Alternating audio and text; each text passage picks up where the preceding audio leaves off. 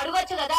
మరి ఎవరు కూడా తెలంగాణ ప్రజలకి మహిళలకి ముఖ్యంగా గౌరవం తెలుసు కాబట్టి నిన్ను నీ కుటుంబాన్ని బహిరంగంగా తిట్టి మరి దిష్టి బొమ్మలు తగలబెడతలేరు తెలంగాణలో ఉన్నటువంటి వ్యవస్థను చూసి. ఈ రోజు మీరు చేస్తూ ప్రతిపక్షంలో కాముగా కూర్చోండి, అయితే సలహాలు ఇవ్వండి, కానీ ప్రజలకు వ్యతిరేకంగా మీరు స్టేట్మెంట్లు ఇచ్చుడేంది?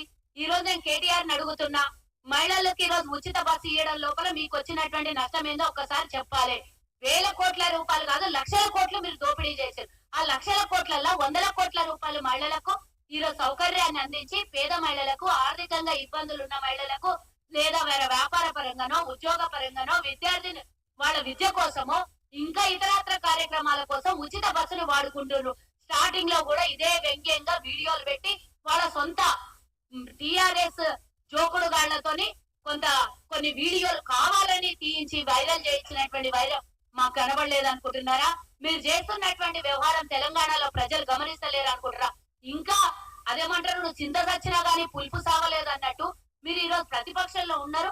37% ఓట్లు పడిపోయి 39 మంది ఎమ్మెల్యేలు గెలిచి ఆ పార్లమెంట్ కు వచ్చే వరకు 10 స్థానాలలో డిపాజిట్లు తిక్కులేదు, 17% ఓటు శాతం పడిపోయినా అయినా గానీ మీకు కౌరం మొంగలేదు, అయినా గానీ మీ అహంకారం తగ్గలేదు.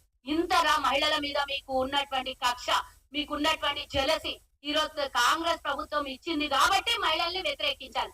కాంగ్రెస్ మంచి చేస్తుంది కాబట్టి రైతులను అనాలి.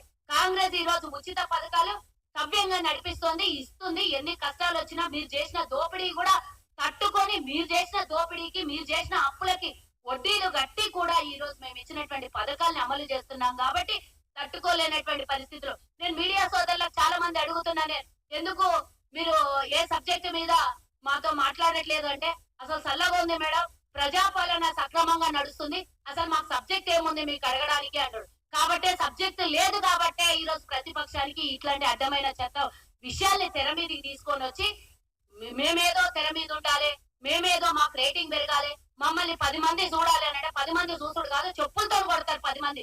ఇట్లాంటి మాటలు మళ్ళొకసారి వేషాలు వేసి కేటీఆర్ గాని, ఎర్రబల్లి దయాకర్ రావు లాంటి వాళ్ళు గాని, ఇంకొకళ్ళు గాని అసలు మంత్రి మండలాల్లో మహిళలకు స్థానం కల్పినటువంటి మీరు ఏమన్నా మాట్లాడితే ఖబర్దార్ అని ఈ రోజు గాంధీ భవన్ సాక్షిగా ఒక మహిళగా తోటి మహిళలకి అవమానపరిచినటువంటి కేటీఆర్ కి ఈ రోజు వచ్చి ఇదే మాట్లాడితే మీరు అమరవీరుల స్తూపం అంటారు కదా, మాట్లాడితే ఇంకొక మాట మేము తెలంగాణ కొట్లాడి తెచ్చామంటారు కదా, రా అమరవీరుల స్తూపం దగ్గరికి నువ్వు నీ బావ రండి.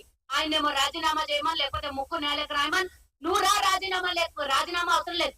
నిన్న మహిళలకి నేను మాట్లాడిన మాట క్షమించదగ్గది కాదు, నేను ముక్కు నేలకు రాసి మీకందరికి పాదాభివందనం చేస్తున్నా అని అమరవీరుల స్తూపం దగ్గరకు వచ్చి క్షమాపణ అడుగు. నువ్వేదో ట్విట్టర్ లో పెట్టి నేనేదో నోరు జారినా నన్ను క్షమించండి అంటే వదిలేసేది కాదు. ఈ రోజు రాష్ట్ర వ్యాప్తంగా కాంగ్రెస్ మహిళలకి జరిగినటువంటి అవమానాన్ని తీసుకొని రాష్ట్ర వ్యాప్తంగా దిష్టి బొమ్మల్ని దగ్ధం చేసిండ్రు. అంతేకాకుండా కేటీఆర్ బయటికి రాకుండా ఇంకా క్షమాపణ చెప్పకపోతే రేపు నీ ప్రగతి భవనం నీ టిఆర్ఎస్ భవనం ఇంకొకటో ముట్టడించే అవకాశాలు. మహిళలు మేం కాదు, మేమేం రెచ్చగొట్టట్లేదు. ఈ రోజు మీరు మహిళలకు అవమానకరంగా మాట్లాడి ఈ రోజు మహిళలకి మీరు డాన్సులు చేయండి, లేకపోతే క్లబ్ డాన్సులు చేయండి, లేకపోతే ఇంకో డాన్సులు చేయండి అని మహిళల్ని అవమానపరిచినటువంటి మిమ్మల్ని ఉరికిచ్చి కొట్టే పరిస్థితి తెచ్చుకోకముందే ఇమీడియట్ గా బయటకు వచ్చి ప్రెస్ మీట్ పెట్టి క్షమాపణ చెప్పండి, లేకపోతే అమరవీరుల స్తూపం దగ్గరకు వచ్చి క్షమాపణ అడగండి. లేకపోతే ఇంతకు మించి మీరు ఇంకా మిమ్మల్ని ఇట్లనే వదిలేస్తే రాను పిచ్చి పీక్లకి వెళ్ళి జైలుకి వెళ్లే పరిస్థితో, పిచ్చి ఆసుపత్రికి వెళ్లే పరిస్థితి వస్తది. ఇట్లాంటి పిచ్చిని వదిలించాలి అని అంటే ఇమీడియట్ గా వచ్చి మహిళలకు, యావత్ తెలంగాణ మహిళా సమాజానికి క్షమాపణ చెప్పాలి అని ఈ రోజు గాంధీ భవన్ సాక్షిగా ఒక మహిళా నాయకురాలుగా నేను ఆయనకు డిమాండ్ చేస్తున్నా.